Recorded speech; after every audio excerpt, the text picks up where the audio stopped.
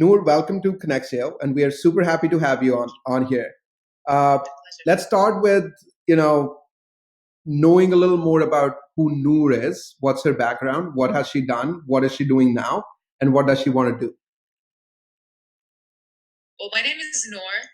I'm from Kuwait, and right now I'm doing petroleum engineering. And I just want to be successful. You know, in petroleum engineering, there are not so many women in this field, and just being in the States, being a woman and international is so hard because many companies don't want women. So we're just thriving. You know, just making our way in this field. Awesome, awesome. So what gave you the idea? Well, we've talked about this a little, right? So let me backtrack this. Before we get into petroleum engineering, your path to petroleum hasn't been that straightforward, right? We were just talking about how you started with architectural engineering and then went to petroleum. But before we do that, let's talk about your high school, where you grew up, what were your aspirations, why did you decide to come to the US? So let take us back to your high school. Sure. I studied in Kuwait City, and being in high school, I've always wanted to do medicine. Just for some reason, you know, being a child, the first thing you want to do is being a doctor. So I took this dream all the way to high school. Like after doing high school, where you would start to apply for universities, I really decided, or just thought that's not what I want to do, because like it's 7 years in Kuwait, other than a year that is excellence year. I don't know what it's called, and then just practice. So your whole life is just basically studying. It's never done. Right.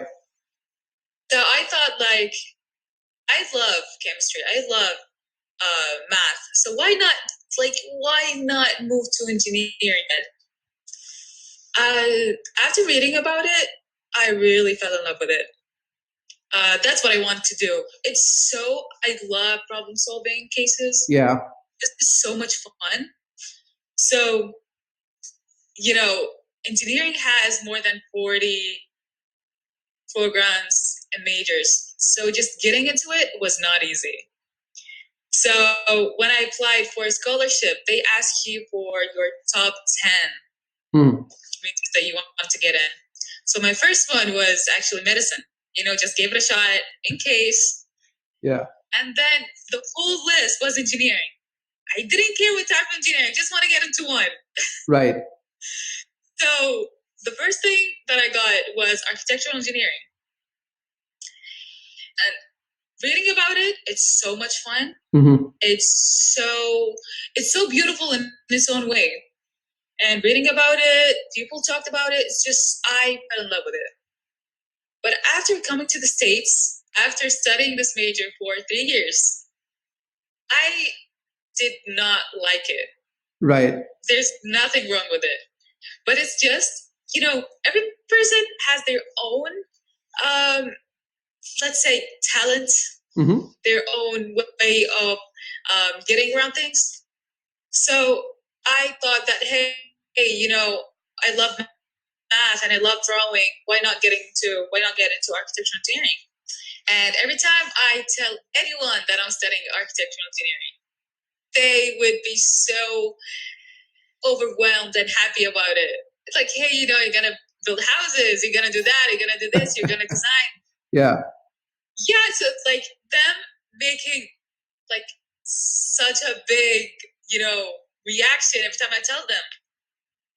I stayed in this major for 3 years. I would not say I wasted that 3 years, but like saying it's better late than never. Yeah. So after 3 years, in my fourth year, I decided like, hey, that's not what I want to do. Although I'm done with like most things, that's not what I want to do. Yeah. So just decided to take the leap and just switch my major to petroleum engineering. Yes, right. Which I liked so much better. Good. I'm glad you made those choices. I think a lot of students actually struggle with those choices, especially I think because they've spent those first 3 years towards doing something that they did not necessarily care about. But I guess it's very important to make a decision and make sure that you're happy with the field that you're choosing, because you're going to stick with that field for almost all your life. Forever. Yeah. So tell us this, Nour. Why, I want to ask you why US, but I'll come to that later on. But let me ask you this: why did you not like architectural engineering? I understand the stereotyping that the people were doing, but what was it that just did not feel right for you? What was it? Yeah. So as I mentioned, I love problem solving stuff, and getting into architectural engineering, there was a lot of, I didn't get the math side of it. Mm-hmm. It was more of drawing. Mm-hmm. So you had so many labs where you just spend 3 hours drawing. It was so much fun. But the thing is, there was not a lot of international students. Okay. So the first year was a little tough because I was the only international student in my, like, the whole class. Yeah. And being English is not my first language, it was so hard to ask questions when you don't get stuff. Mm-hmm. Mm-hmm. So it's a beautiful major, but I did not find myself into it. Yeah. Like, as I said, I spent 3 years doing it. It was fun. But that's not what I want to do in the next 50 years of my life. Sure. Which is basically forever. So I had just one friend in this major, and she was so happy with it. She was so, she even tried to talk me out of it, like to switch my major. Yeah. I was like, no, that's not what I want to do. She enjoyed so much that she wanted me to stay. Like, hey, it's a great future. It's that. It's it. Like, no, that's not what I want to do. Yeah. So the thing is, when I was in Archie, I had so many females in my in Archie. But when I switched to Petroleum, the maximum number of females in my classes were 3, and I was the 4th. Oh wow! Okay. That's the max number. Yeah. And we had the SPE conference. Uh-huh. We were only 5 females. Oh. So you can imagine. Yeah, it's a leap. It's like, I'm glad I did it. We have to make our way into it. Totally. We have to prove ourselves. Totally. I totally agree. I think it doesn't matter which field it is. I think there should be equal representation. And if women feel that a particular engineering field is not for them just because of the gender, that just is untrue. That is totally untrue and totally unfounded. A lot of women engineers do really well in different fields that they spearheaded or started working in. So I definitely commend you for making that journey out of architectural into petroleum. That's awesome. Now, when Nour was still in, I should not talk in third person. Let's just talk in first person. When you were first, in high school, what gave you the idea to come to the US and not go to Canada or the UK? Because the world's your oyster, right? So you can actually go anywhere you want. But what attracted you to the US? Yes. So my grandfather has his master's and PhD from the States. So, just hearing about it, like that was maybe that was way before the 90s even. He was so proud of it. Mm-hmm. He did his best. He worked a lot. And, he tell us every time. That made me because I didn't know anyone that went to Canada and to Australia, let's say. But hearing it from someone that's so close and hearing the stories and how he built his way up. Right. It was not easy for him. So hearing all this stuff, and he went to the States not knowing English at all, and just learning by himself and studying and working hard. That was so inspiring for me. That made me really, want to try it for myself to see it wasn't really that hard. And I studied English my whole life, but even with having English as a second language, it's not that easy. Yes. It's hard being in another country and Yes. starting from zero. Right. So yeah, he really inspires me a lot. So, you know, it made me like, he's my role model. Awesome. He made me take the leap and come all the way to the States. That's pretty awesome. That's pretty awesome. You actually have a personal connection to a role model, who you can get inspired by. I'm sure when people around the world are going to see this video, they're going to be inspired by what you're saying. So hopefully. Yeah, no, I'm pretty sure. I think not a whole lot of people actually talk about architecture or petroleum at that. Everyone's actually moving into computer science these days. So yes, right. So I think that's definitely a leap of saying, well, I don't want to follow the herd, and I'm just going to go into this different field that I really like. So definitely great. Now, Nour, how did your perception change? So when you were still in Kuwait, you had the perception of your grandfather, the stories that he told you. Uh, how did your perception change once you were stateside? So when I first came, I got into an English program that was in UCLA Extension. And so the thing is, I came to the States, like I had an idea of like my grandfather, as I mentioned, but like my twin brother had this in mind. He wants to come to the States for sure. I had some doubts. Hey, do I want to do that? Do I want to leave all my friends back home and just my family? And I wanted to do it, but I had a little doubt. Yeah. My brother had no doubt. He wanted to do it 100%. So, him being so persistent and decided just to go for it. I followed him. I just did what he did and just followed him. Yeah. So when I came here, I had the idea of like would they accept me, like wearing a headscarf and stuff, and like maybe I had like a little accent. Maybe they would not understand me. Maybe they're not gonna like me. Culture shock and stuff.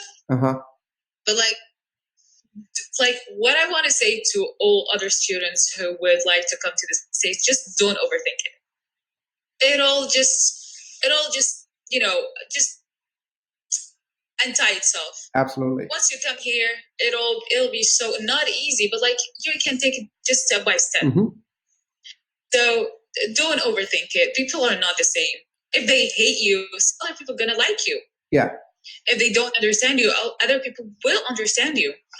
So everyone is not the same. People are different. So just don't have these ideas of like, hey, I'm not going to be able to fit in. No, you are going to be able to fit in, because there are a lot of people who are like you.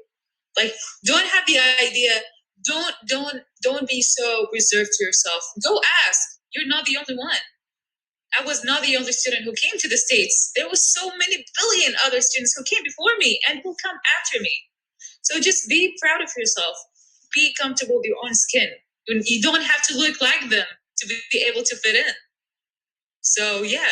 Wow, that's a heavy thought, and I think it resonates a lot with what I and our company also tells students that coming stateside is always a cultural shock, but it's not as much of a cultural shock because you've always grown up looking at Hollywood movies and all that stuff, so you have some idea of how things are going to work. But just sticking to your own network, even when you were coming this far to study, is the worst thing that you can actually do to yourself. So what you were saying is absolutely correct. And let me, step on to the first meeting that you and I had. I was at the campus of Missouri S&T, and you are representing the International Students Club.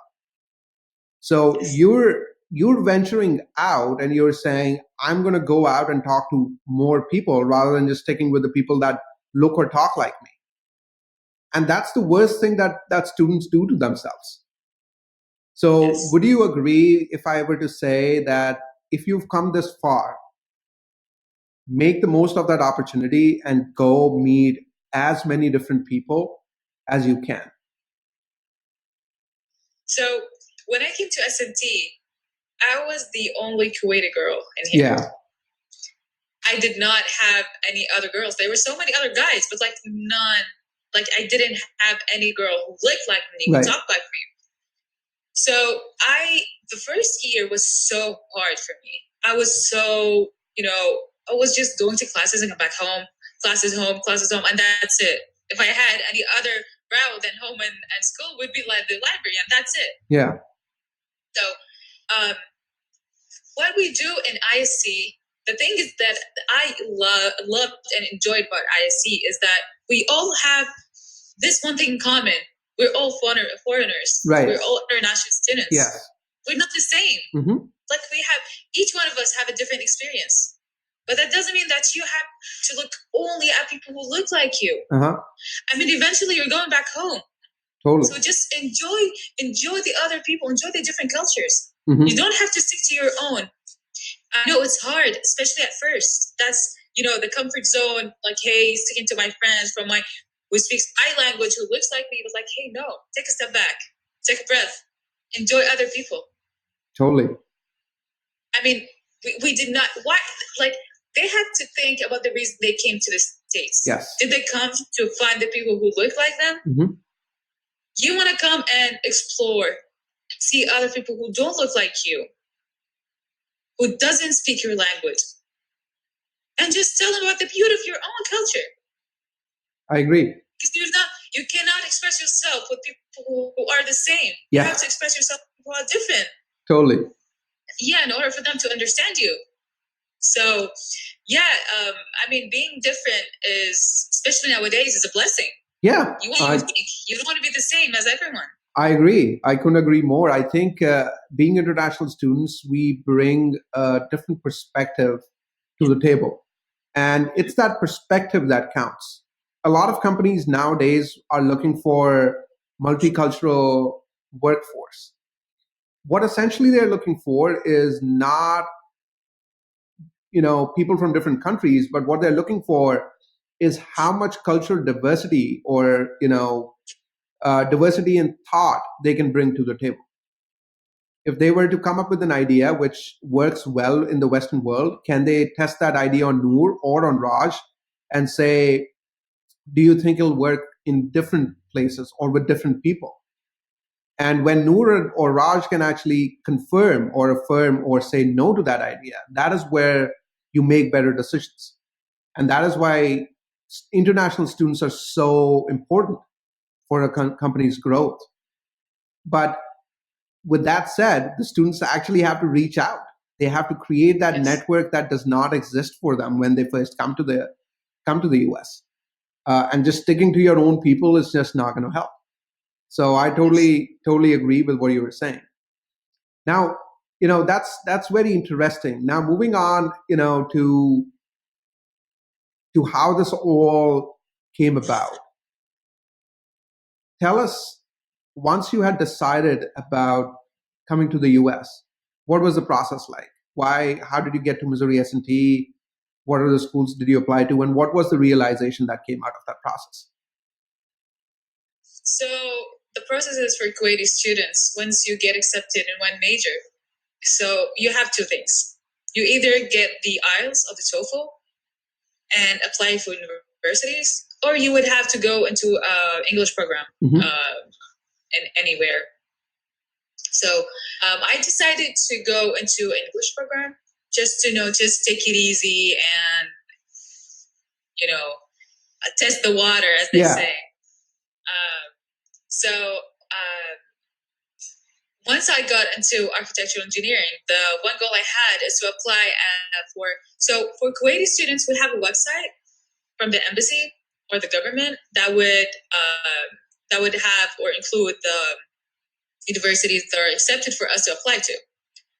So, me being impatient, I applied for so many schools, and I came to the first university I got accepted in, which was SMT for architectural engineering.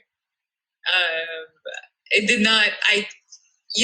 Just being new and being so young, I I stayed in UCLA Extension for English program for a quarter, 3 months.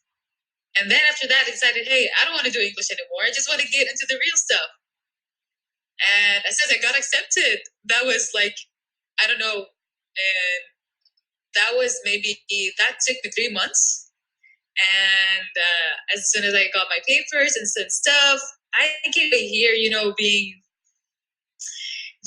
having this different idea of like, hey, how is it gonna be? It's gonna be different. And the first thing I got excited about was like, it's nose and Rala. So that is so exciting for me. Seeing snow. Yeah. I got accepted in the spring. So, you're going to see a lot of snow. And the first time I came here, it was, I don't know how much is it in Fahrenheit, but like it was negative 24 and Celsius. Right. It was so overwhelming for me. And so, I came to Rala and, came around. That's awesome. That is awesome. So did you enjoy your first snow? I did actually, but like it was so hard. Yeah. It was so cold. I know. So, keep on layering. Yeah. It was so much fun. But it was like, it was interesting. Cool. Interesting. Cool. So we get this from a lot of students. Every single time they're looking at universities, they just want to go to the universities that they've heard about.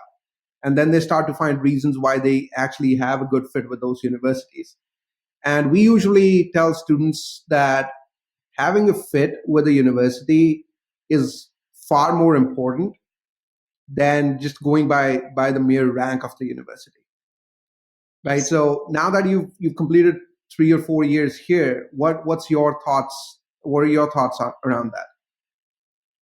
Okay, so I'm going to my 5th year actually. Yeah. Okay. It's like, coming to S&T, when you go to, let's say, a small university, you have so many opportunities, let's say, to get like to create things and get stuff. Because like when you go in a bigger university, you would have, it'll be so like, the competition is not going to be low. It's going to be so high. Everyone's want to do this and that. But like the one thing we had is when I first came here, we didn't have a club for Kuwaiti students. And, me being the only, let's say, girl, I did not have the power, to just bring all the guys together and, hey, do this and do that. Because they, just like me, they came as their first year. So they want to enjoy. They do not want to commit in their first year. So after, like, I forgot all about it, but like after, let's say this semester, this semester, we decided to step up. We're like, hey, we want to do a club for Kuwaiti students, and that's it. Yeah. Whether you're going to hear me or not, we're going to do it. And actually, we came all together. We started with 10 students, and hopefully it's going to be more by next semester. But like, having this opportunity, if it was in a bigger university, I don't think I would have this opportunity to be part of creating a new club for Kuwaiti students. Yeah. So me being, a member or a factor in creating a new club or organization, that gives me so much pride. It's something that I did that helped creating. So if I went to a bigger university or had a ranking, there would be other clubs, organizations, and people would aspire, for more, and it would be already there. Yeah. So there's no shame in going to a smaller university, being able to reach out, create new things, and I do not regret coming to S&T at all. Awesome. Actually, I'm so happy that I did it. Going for my 5th year, so yeah. Yeah, no, absolutely, and I think it's just a way of thinking that the world has, right? Whenever they look at the rankings, that's essentially what they fall in love with. But there are a lot of universities that are absolutely amazing schools, like Missouri S&T, where you get the best professors, best research done in different engineering departments. but you don't get to know about it because it's in the middle of the US instead of being in California or New York. But you're absolutely right that with a smaller school like Missouri S&T, you get to have those opportunities that you would not otherwise have at bigger schools. So that's a really important point.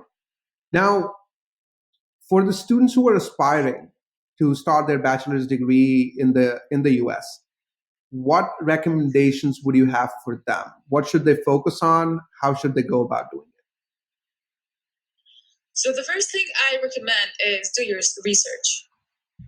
I know it could be so exciting that you would not think about it. You would just want to go into it, but like have some time, take a step back and think about it. Is that what you want to do? Where do you want to go? Don't only read about the university. Read about the city that's in it. So the city is important, really. Read about the transportation. Read about the earth. Like, I didn't know the airport was 2 hours away from the school. I could not believe that. That's right. Another flight. So take your time, think about it, read about, ask. That's the most important thing. Ask, reach out. Like, we have so many clubs in here. If you do not want to reach to an official office in the university, reach to the clubs, reach to the students and ask them. It's really important to know where you're going. Know the numbers. Yeah. Ask. If it's east, west, it doesn't matter. Just know about the university. Know about the city you're going to. Is it safe? Is it not safe? Know about the rents. The rents is so important. The facilities, housing. Like, for when coming to S&T, it's a state law. Till you're 21, you have to live in a dorm. So for someone who did not know that, and so many people would, they would lease a house or an apartment, and having to pay this amount, and then the university would come to them and be like, "Hey, you're gonna live with us." People would have to pay more money to break the lease. So don't do that. Know about it, read about it, then decide what to do. Awesome. It's really important to have enough information and knowledge about the places you're going to. Yes, that's super important. And how would you say they should best go about searching for that information? Is it the best way is to just reach out to a student and talk to the student who's already at the school? So the first thing I think that's really important, but like not many schools that does it. When I first came here, they gave my information to a person who reached out to me. Mm-hmm. But the thing is, that person did all their best to help me in all other ways, but like they did not let me know about these stuff, the most important stuff. So they made me feel welcomed. I had so much fun with them, but like I did not know about all this stuff. Mm-hmm. So it is really important for universities or for students. Once you get a contact of someone, have your list of questions, because they're humans. They could forget. They get just the idea of, hey, let's just welcome this person. Let's make them feel at home. It's really important, but like it's crucial also to know these important stuff. The best practices. You don't want to pay extra money for things that you would, simply ask for. Absolutely. And known about. So yeah, just have your list of questions ready. Good.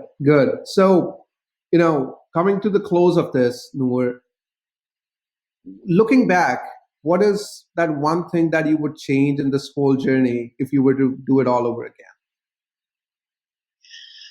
I would take more time in the language center that I was in. Just taking it step by step. I was so in a rush. I told you I stayed in a quarter. That was 3 months or 2 months and a half. And that was it for me. I had enough. Like, hey, no, don't be in a rush. Take your time. So for me, if I had to change one thing, that would be read about other schools, because I have my friends from all over the states, they're having so much fun. Mm-hmm. Like it all comes with consequences. Like they have fun in California, but they're paying more money. Totally. I'm saying here it's safe. It's so staying here you can't have more money and then just travel to your friends. But like don't go over there not having enough, financial stuff to get over it. You don't have to be like them. Just so one thing I changed was like, be more patient, ask more questions, take your time with it. Cool.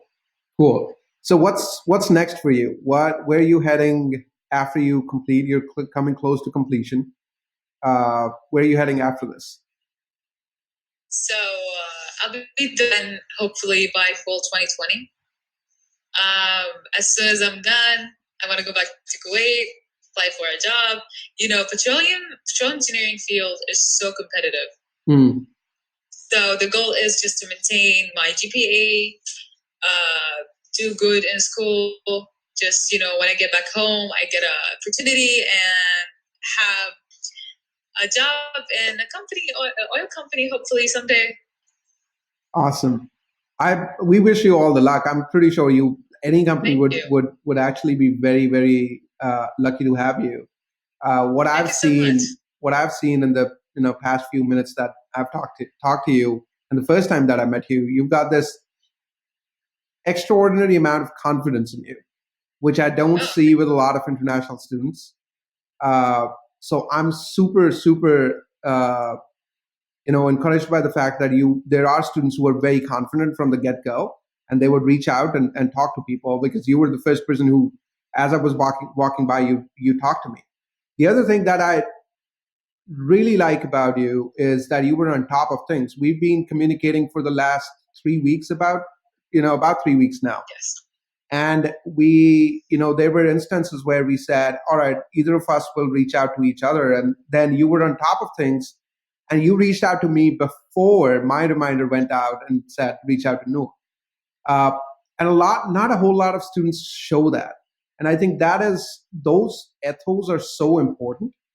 One, of self-confidence, and being, as you said, right, being comfortable in your own skin. And second, being punctual, being on time, and sticking to the word that you've actually given to somebody. So I think you've got the right ethos, and you've done amazingly well in your time in the United States. I'm sure you'll find a great job, and I'm sure we'll follow up with you in a couple of years and see that you're doing really well in that area. So good luck with everything. Thank you so much. And I want to thank you for this great app. That's a great idea. I wanted to reach out and just make sure that I do my best, even if it was little.